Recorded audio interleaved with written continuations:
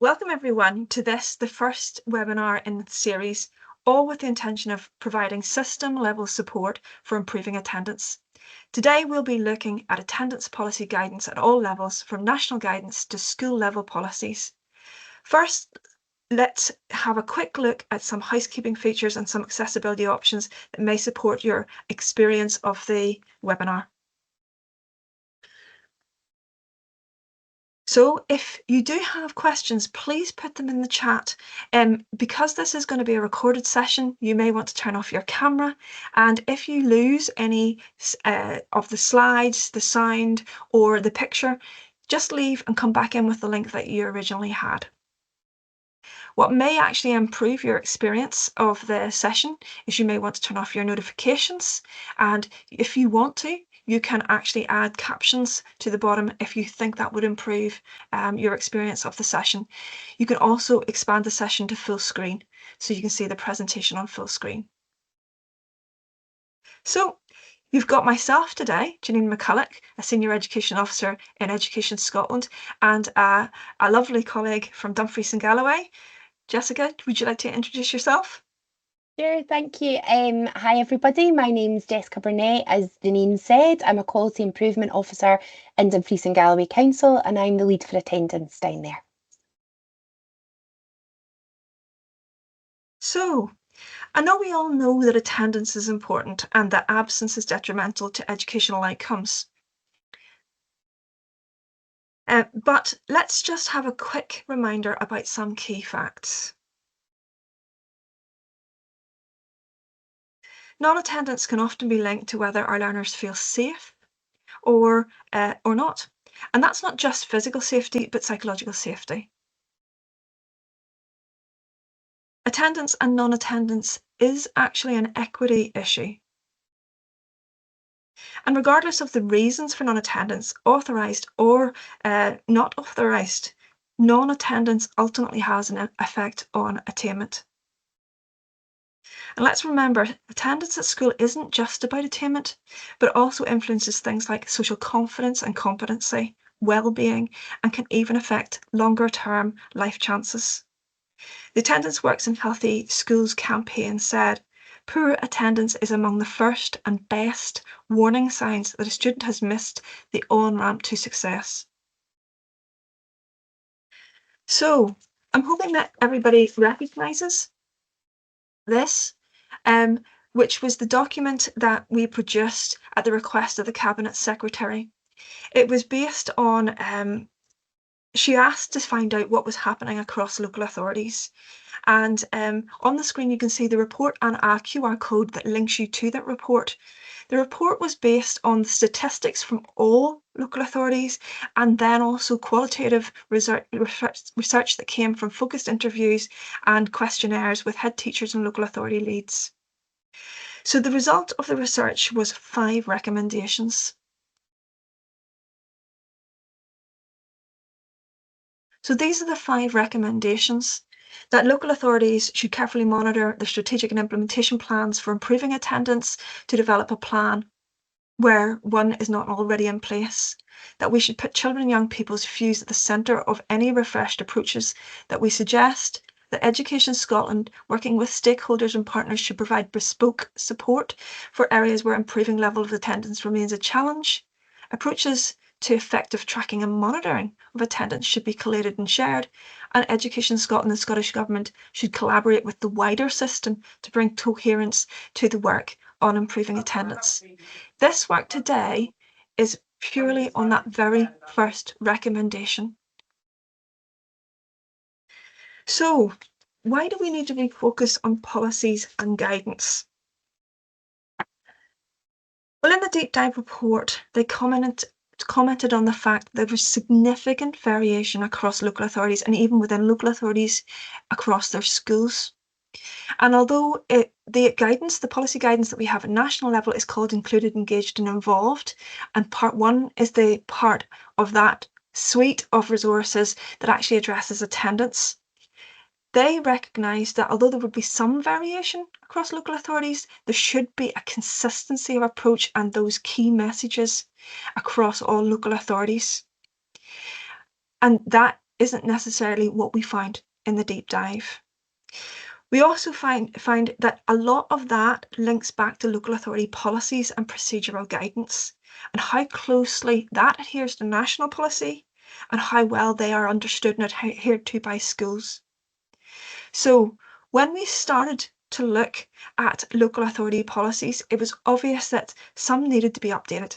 So some actually predated the guidance that was produced in 2019, this most recent guidance.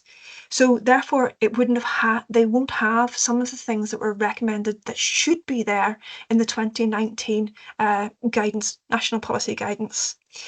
There's also been a little bit of drift, even in policies that have been written since 2019 from the national policy guidance. So, for example, in Included Engagement Involved Part 1, it highlights that local authorities have the responsibility to ensure that staff know about IEI Part 1, and we know that that hasn't happened if they haven't updated their policies. They have to have clear guidance on supporting attendance and managing absence, and we find that most local authorities did have that. But here's the one that we think has really been missed. They needed to ensure that all schools have in place policies that promote good attendance and outline procedures to support the recording and management of attendance. Now, we did a very, very quick survey across 2 local authorities in Scotland to find out if schools had policies, who they were available to, and what was in them, essentially. And we found across those 2 local authorities, around about half of the schools had attendance policies. The likelihood is that it was simply that schools just didn't know that they needed to have one. Okay, and we also know that schools and local authorities needed a staged intervention around attendance. And of course, if your local authority policy predates 2019, the likelihood is it probably doesn't have one. Okay. So what have we done to help with this? Okay, we didn't want every single local authority going out and having to reinvent the wheel, okay, and having to duplicate the same information across 32 and the same effort across 32 different local authorities. So we have really provided a starter for 10 top tips and hopefully supportive guidance for local authorities. Where you will find it is you will find it in the Education Scotland website. Okay, it's under Improving Attendance in Scotland, and you will find at the moment there's only 2 boxes there, but over the course of the next 4 weeks, we said there was a series of things, there will end up being 6 boxes there on things like data, okay, monitoring and tracking and using data effectively, and bespoke packages, how you do multi-agency working, etc., and partnership working. So they will appear each week over the next 4 weeks. And on that slide, if we send you out a PDF of this, you will have a live link directly to those resources. This is what the page specifically around guidance will look like, and each of these links are a link to support and resource. So just to be brief, what's in them? Okay, well, what we've given is an overall guidance document that talks about the rationale of why we've produced this, the principles of IEI, which don't change, that's the national policy guidance, and what local authority responsibilities are. We've also given a sort of a rough guide of a basic structure of what should be in a local authority policy. It's not prescriptive, but it gives a good scaffolding of what you should have in your local authority's policy, and that includes things like the policy part, why we're doing this, the procedural part that the schools should be following, okay, and also an appendices with links to things that are standardized across the local authority, like for example your letters home, flow charts for processes around things like unexplained absences, what to do in those processes.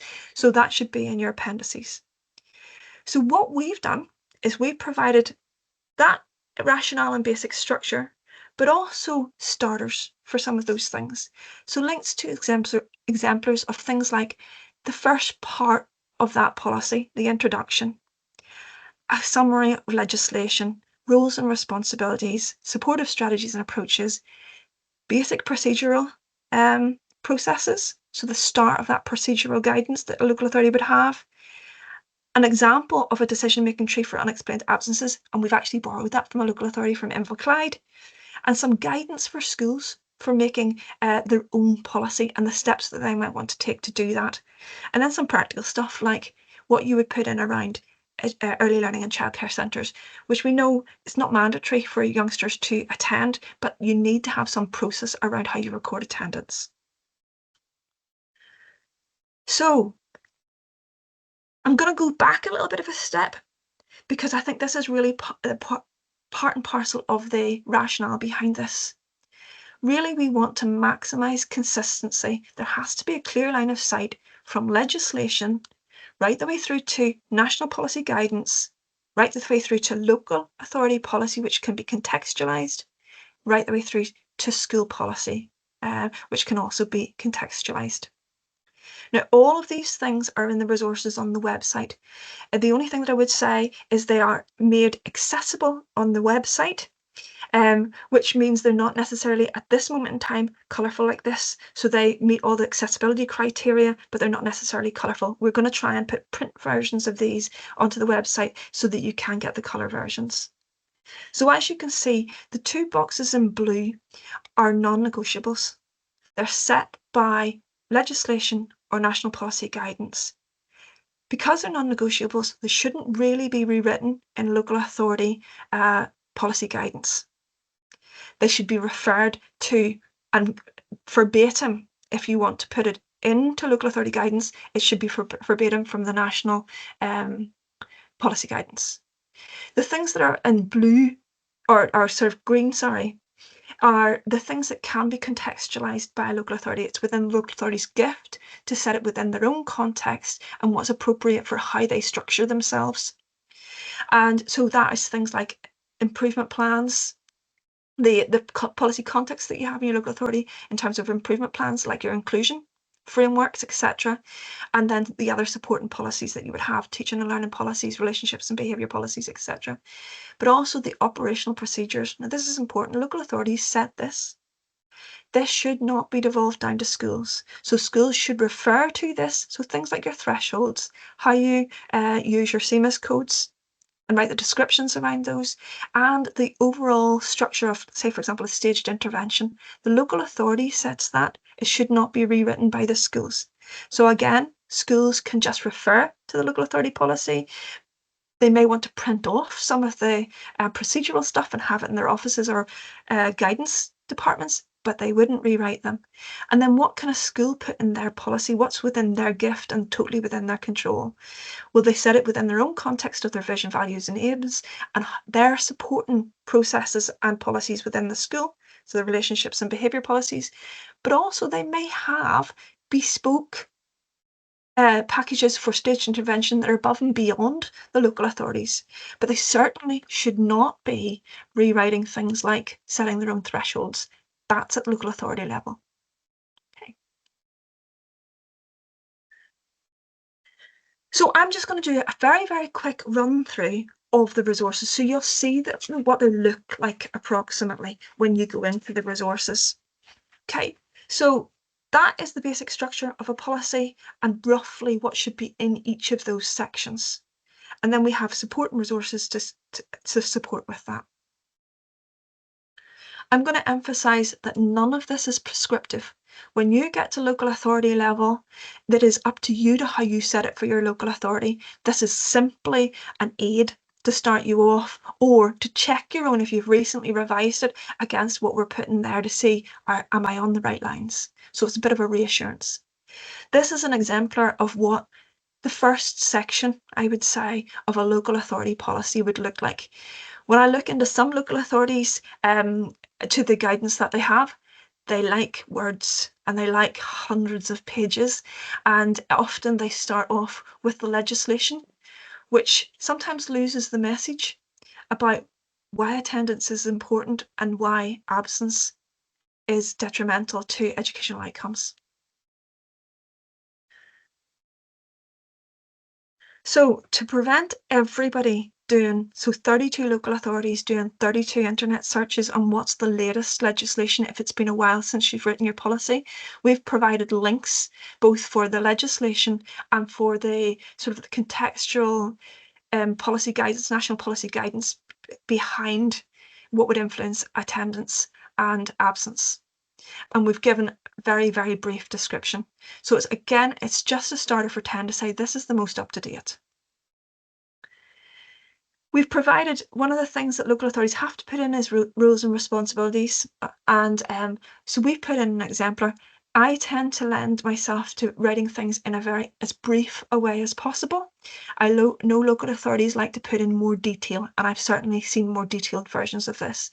The one thing that I think, in light of UNCRC incorporation into our law and also the promise, is we're much more aware now that learners are part of the leadership collective within schools. So they have a place, they have a responsibility for their own attendance as well as parents and as well as local authorities having duties towards that. So they are in there. We also have partners in there, which is a reflection of the fact that schools have to realise that when it comes to attendance, it might be that they can't do it on their own, that they need to use partners to support improving attendance. So when we get to this section, we haven't put a lot of detail in because Included, Engaged and Involved, part 1, has quite a section on relational approaches that support attendance. We also have quite a big section within the Improving Attendance, Understanding the Issues document on things that would support attendance that have come from head teachers, local authority leads, and from the literature. The reason we're referring to those rather than giving any detail.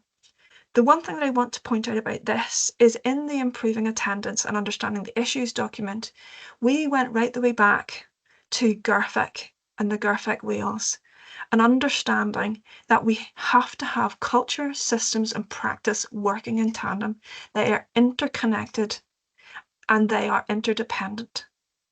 So when we're looking at improving attendance, we cannot just look at the easy one that people find is looking at processes or their systems. So in other words, rewriting a tracking and monitoring system, or going around and doing professional learning around using your codes within your schools. But you have to look at culture and you have to look at practice. So the sort of professional learning that would go with relationship building, say, for example, or supporting well-being. So you need to be looking at all of those. You can't do it all at once. You may do an evaluation of where you're at and maybe focus on the things that you need to focus on first and then sequence how you're going to tackle those things. But you must look across those 3 areas. We have also given an exemplar of a staged intervention. It's very much not prescriptive. I have borrowed from Perth and Kinross and modelled this on their staged intervention. And the reason it can't be because you'll have to fit in with how your local authority does staged intervention. So Perth and Kinross have used 4 stages. You may use 3, you may use 5. You just work in with how you already work, but you do need to have a staged intervention, and so does the school. I've given a very, very brief exemplar of what the process stuff that sits behind all of the policy stuff. Again, I run brief, so what I tend to do within my documents is keep it as brief as possible and add links to supporting documents, or I put those within the appendices. So people aren't reading too much, they've got the key information there, and when they need more, they can go and find out. It's just we don't want the message lost in all the words. I think schools will find this very helpful because if you currently don't have an attendance policy, you need somewhere to start. So providing them with a little bit of guidance as to how to start that policy process and the steps that they want to take. So setting up a working group, the consultation with pupils, staff and parents, what you want in that. We've given a little bit of guidance towards that. And I've kept it very, very brief, but we've also given you some exemplars. So this is an exemplar I've written for a secondary setting, 2 pages, very brief, linking with the other policies, the key one being your relationships and behaviour policy for the school. But it's something that I think everybody could understand, and the school can maybe put it in their school handbook, etc. So it's accessible, essentially. I've also given an example of a primary poster because we want this to be lived So people need to know about it. So something like a wall poster where you can refer to and prompt to all of the time to say attendance is important, okay? And we get concerned when you're not here, okay? So just two very brief examples, not prescriptive at all. We didn't do a whole policy because I know if we did a full policy, there was a risk that we would start to see that with a new badge, a local authority badge at the top, and that's what we didn't. We want you to contextualize it to your setting. And these are a few more things that we thought you would find helpful. And we will add to this as we go on. Some local authorities have fantastic resources there to support attendance policy and practice. And this is one from Inverclyde, which is their decision-making tree for unexplained absence, and they link it to safeguarding issues. We've also got a little bit of guidance around attendance and ELC and what you might want to put into your policy. So that's me. That's the resources that are there. You can go and explore them to your heart's content and use them, or if you wish, you may have already refreshed your local authority guidance. We will be refreshing included, engaged and involved part 1 and 2 in the 25-26 academic year, but I don't think it'll change significantly. What we will be, because it's reasonably good guidance, so what we will probably be doing is adding parts of exemplification, specifically around things like part-time timetables and maybe use of codes for part-time timetables and things like that. So they won't significantly change, but hopefully we're adding a little bit that are helpful to local authorities. So I've shown you supporting resources. We know that everybody is either writing new or refreshing old policy guidance at local authority level. But remember, we started this because we wanted to look at strategic improvement. So the policies generally, once they're written, don't change. The strategic improvement is what you're doing about it right now. Okay. So what does that mean in practice? And this is where I've brought Jess in, because Jess is going to tell you how they've done it in Dumfries and Galloway. Over to you, Jess. Thanks, Janine. Hi, everybody. As Janine said, I've been invited along today to give a bit of an overview of Dumfries and Galloway's approach to addressing attendance. Not just what we've already done, but also our capacity for improvement and how we plan to do that moving forward and utilising particularly some of the resources that are coming from Education Scotland. I am going to be quite brave today and share some of our statistics and data around attendance, but would appreciate, obviously, that's treated with the respect it should be. Just a bit of background about our authority. We are based in the southwest of Scotland. We are a very large authority. We're over 200 miles wide across, and there's a lot of rural deprivation within our community, and unfortunately an increase in child poverty levels as well. Attendance for us was a key priority last year and remains a key priority for us as a local authority this year within our improvement planning.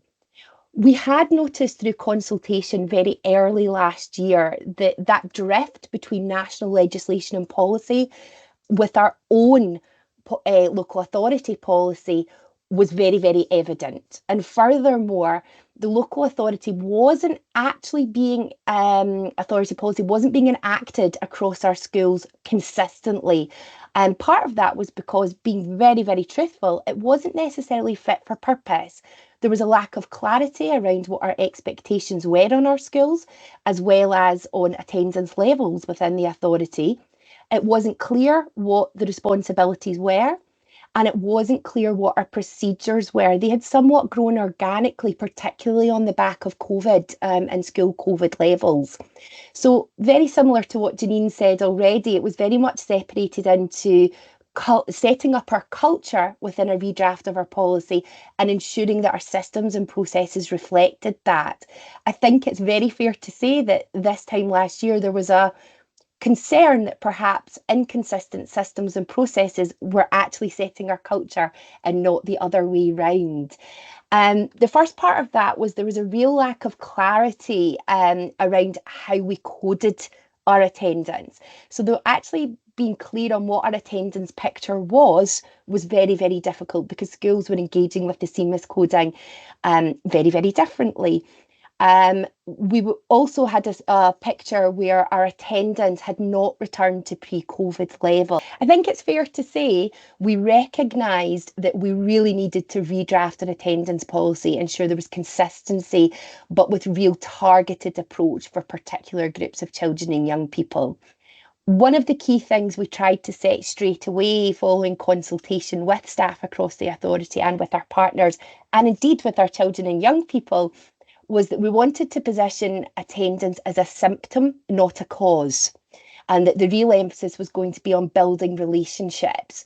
So we were very, very cautious in redrafting our policy. We didn't want to run before we could walk because there was a real concern that it could be very, very complex. Attendance is a multifaceted issue. We were aware of that. And we didn't want to produce a massively lengthy, over complex policy. We wanted it to be quite streamlined, quite easily accessible, and quite quick and to the point. And we are very hopeful that this tool will further support the work we've done in that particular area. And Jeannie, if you wouldn't mind moving on to the next slide for me, that would be great. I've already shared some of the data trends that we had certainly last year around attendance. And what was very clear from our data, but also through wider consultation, was that we did require to really look at the staged intervention model for attendance at a central level to support schools building that within their own settings and context.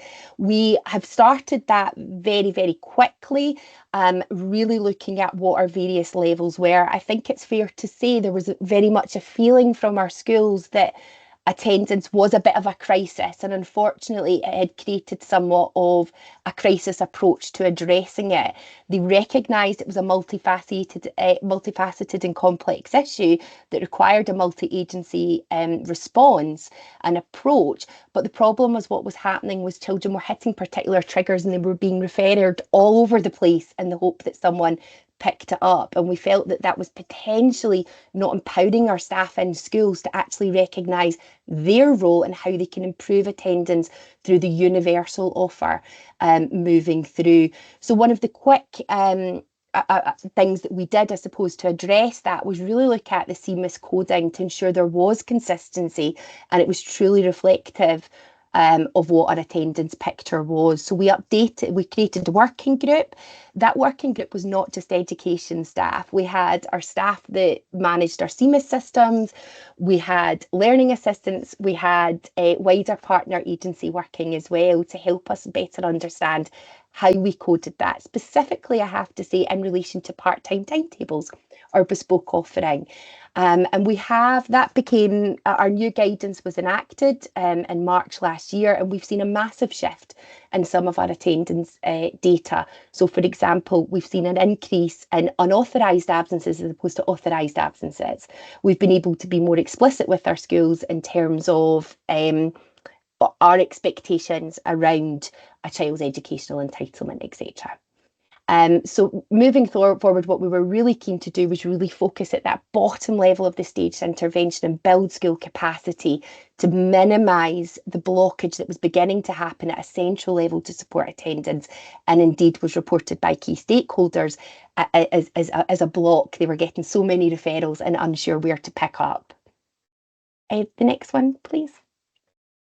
This led to the development of 3 key work streams. Again, these work streams are not just made up of educational staff. It does include head teachers, deputies, principal teachers of pupil support, class teachers, but it also includes social work colleagues, SCRA, wider agency workers, etc. So there's 3 key strands that we've taken forward. The first, which I've spoken a little bit about already, was our data strategy. So that was really intended to support self-evaluation within our schools and really look at what therefore needed to be the school provision at a key level, and how would that then inform what we needed to provide at a central level to support schools where perhaps they were at a loss, they were struggling with various supports and needed that wider lens. And that group hopefully will continue over the next 2 years, really to develop that and provide a consistency of understanding across not just education, but wider agencies. And we hope to use some of the support and resources that Education Scotland have produced to further inform that moving forward. The second key strand was about developing an attendance toolkit, which I think a lot of authorities have gone on. So we looked very closely at what had been published by Forth Valley and West Lothian, and we identified what resources we need. So thinking back to our kind of key vision here, that attendance is a symptom, not a cause, we recognise that our attendance toolkit needed to expand much more beyond simple attendance to include inclusion, for instance, include curricular offer. So our resources are much wider than that, and I'll talk in a little bit about how we've done that. We wanted to offer a suite of professional learning at all areas of the profession and widen that open to help people better understand what do we mean by attendance, what do we mean by positive attendance, what would that look like, and share examples of effective practice, not just from within the authority, but also from out with, and widen that lens. And the third strand was recognising the roles of our parents and carers. So some of our schools had worked very, very hard, but very much in silos to try to develop relationships with parents and carers and support them in addressing attendance where there were perhaps concerns for children and young people, some with more impact than others. And what we felt was really, really important was, if we're positioning this as relationships are key, our relationships with our parents and carers are very, very, very, very important. We wanted to make sure that we had a coordinated response in the communication we were giving parents and carers, not just about our expectations, but also in terms of what supports they could have. We were aware of the work done by some other local authorities, and we wanted to really be quite open with our parents and carers. So they have developed a website that provides advice and guidance to our parents and carers and signposts them to wider agency supports, so they can take a more proactive and, we hope, empowered role in supporting their own children and young people to address attendance moving forward. So the next one, please, Janine. So I just want to point out here that I remember when I saw your presentation, Jessica, that it really epitomised those three cogs that you were looking. So a lot of this is on the systems level and the practice level with the professional learning in there, but you're also leading in with the work that you're doing with parents and bringing them up about the culture, trying to get the culture right all the way across. And I know you're going to talk about it a wee bit more, but you've actually prioritized. So you've sequenced what you feel that's your biggest priority right now. And I know you'll circle around to some of the other things later.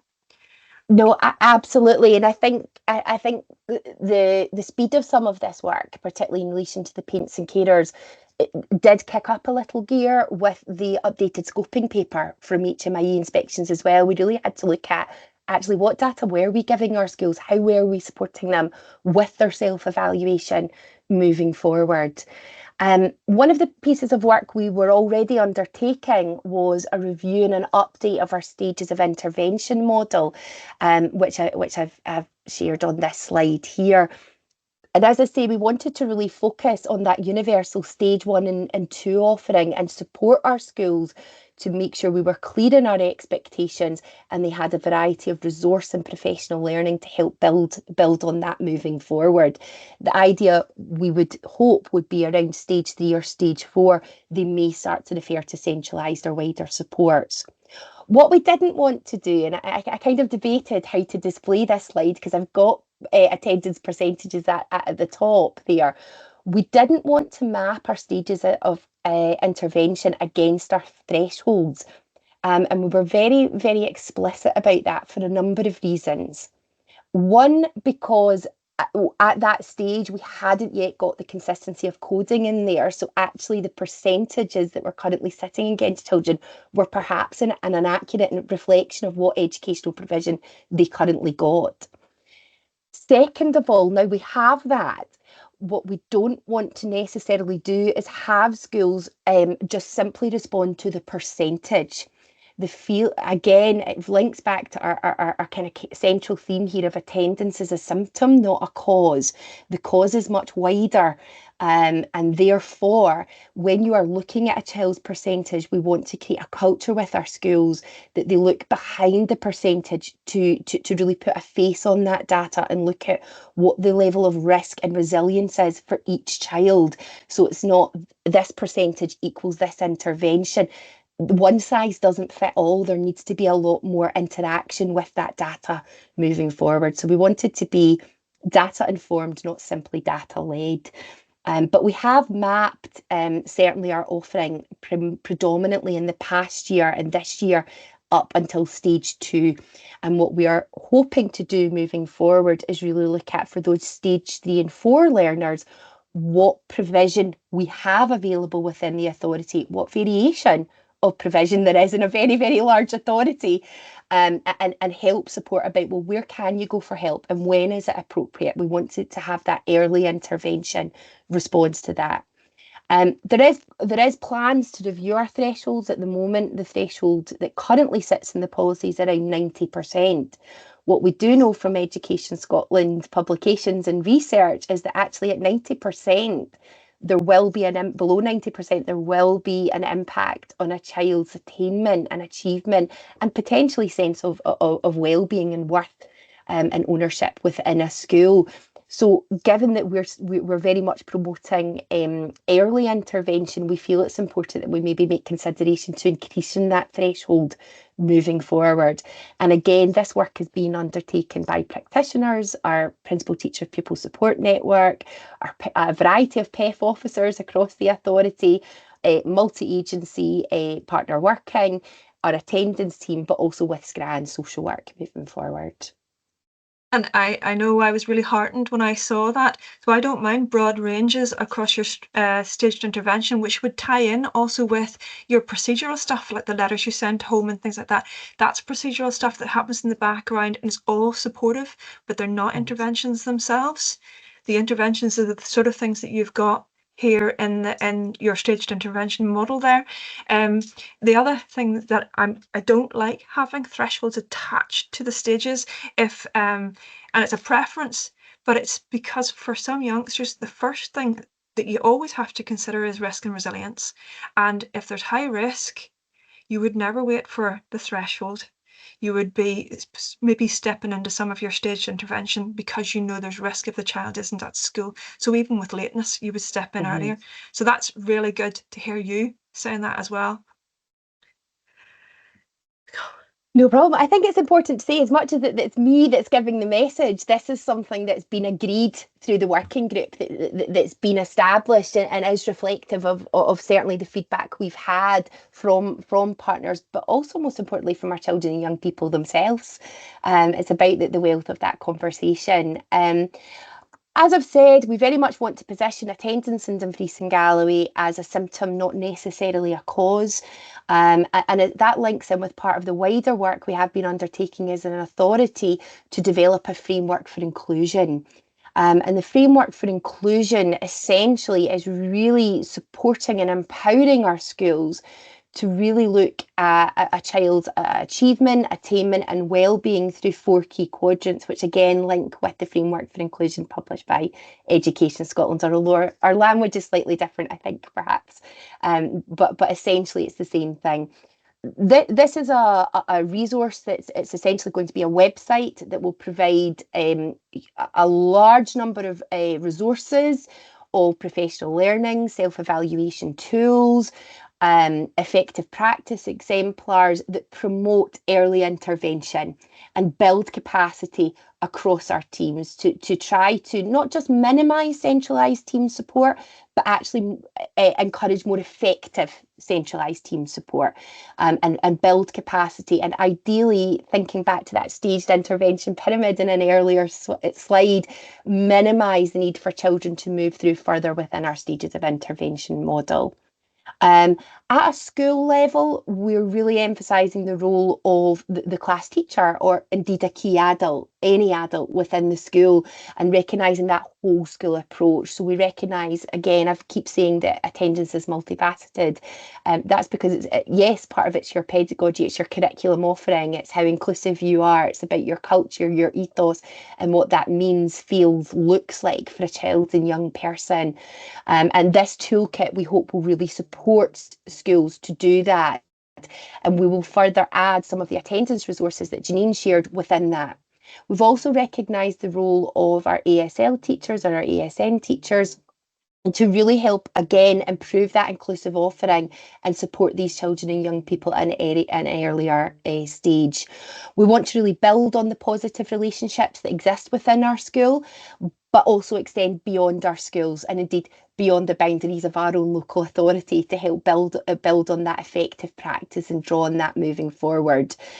We will support schools building their procedures and processes, but the best way to do that is to we believe, is not allow our schools necessarily to work in silos on the same thing, but bring that work together and really use these resources to not just inform our local authority policy that they can defer to within their school policies, but actually support them collectively bring that together. That work's been further supplemented by our EPS service, who are doing an intensive piece of work and a practitioner's inquiry around the specifics attendance within some of our more rural communities, as we've noticed that there's maybe not as much information on that there, and there are real barriers, for instance, the local transport network in those areas, to children being able to access schools. We want to do more intense, and again, the work we've already undertaken in the previous academic years helped us to do that and identify trends, some of which sit with national trends, some's a little bit different to our own locality and contexts. So where are we now? What are our plans for this year? Well, as I've already said, we did update our CMIS coding guidance to our schools. There is a subsequent update on that based on the 3 new codes that have been put out by Scottish Government. We, as a local authority, have consulted on that and decided that we'll be taking one of those codes forward and we'll be putting that into the updated guidance. But it does mean we feel we've developed a data strategy for our schools on how can we support you better evaluate what attendance looks like in your schools. How can we support you better understand what that looks like? But we are very, very clear on CMIS coding only goes so far. There's been a lot of debate around the CMIS coding. I think there's a danger you can get caught up in that debate. The CMIS coding is important, and it helps us understand how that sits across a consistent picture. But actually, the best way of understanding why a child's not attending school is talking to the child. So we want to make sure that's embedded within what we do. So that's obviously already gone out to our head teachers for this academic year, and we hope to expand on that as things are moving forward. I've talked a little bit about the communication with the parents and carers and the launch of our website for resources for them. That's publicly available, so please feel free to have a look at that and pinch, steal, borrow, adapt, whatever you would like to do. But we'd like to do a lot more with our parents and carers. That was very much a universal approach. We want to look at more targeted groups of our parents and carers and do more consultation with them to say, well, how do we better improve this for you?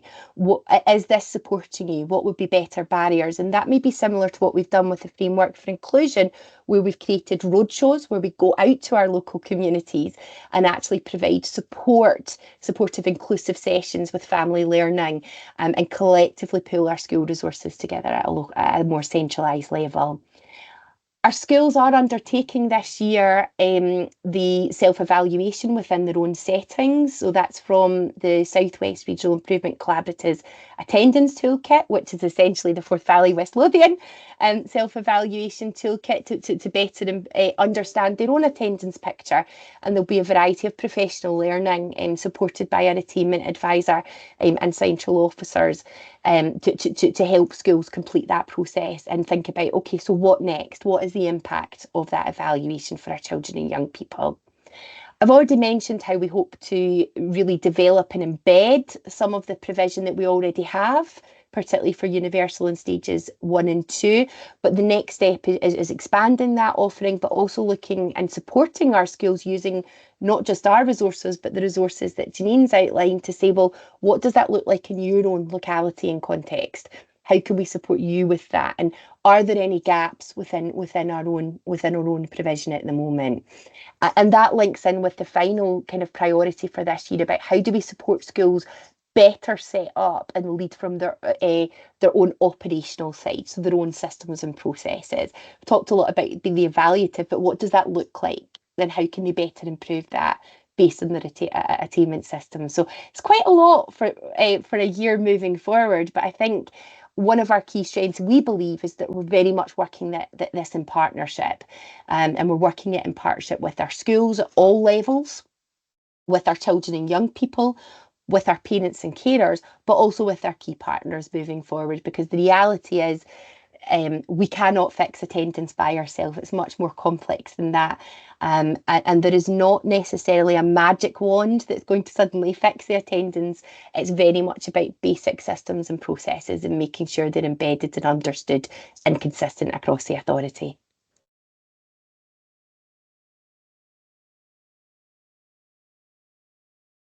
Oh, Janine, you're on mute. And that brings us to the end of the presentation. We hope that you've enjoyed that. Just one thing that I'd like to add, because Jess has been very, very comprehensive on how they have taken, we're just giving in this part support and resources around policy development at local authority level and school level. But what Jess has beautifully shown is how that is then transferring up to the strategic improvement and how they are prioritising that and taking it forward at every level. So at local authority level and also at school level, it was a beautiful exemplification. Thank you very much, Jess.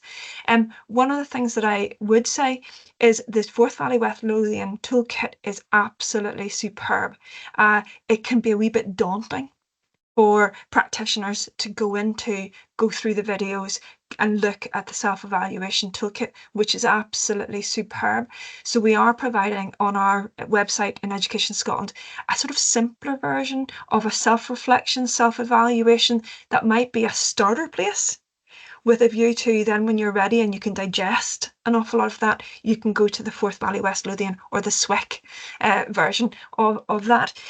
So some options, because we don't want schools to feel completely overwhelmed by everything that's being thrown at them. So that's another option.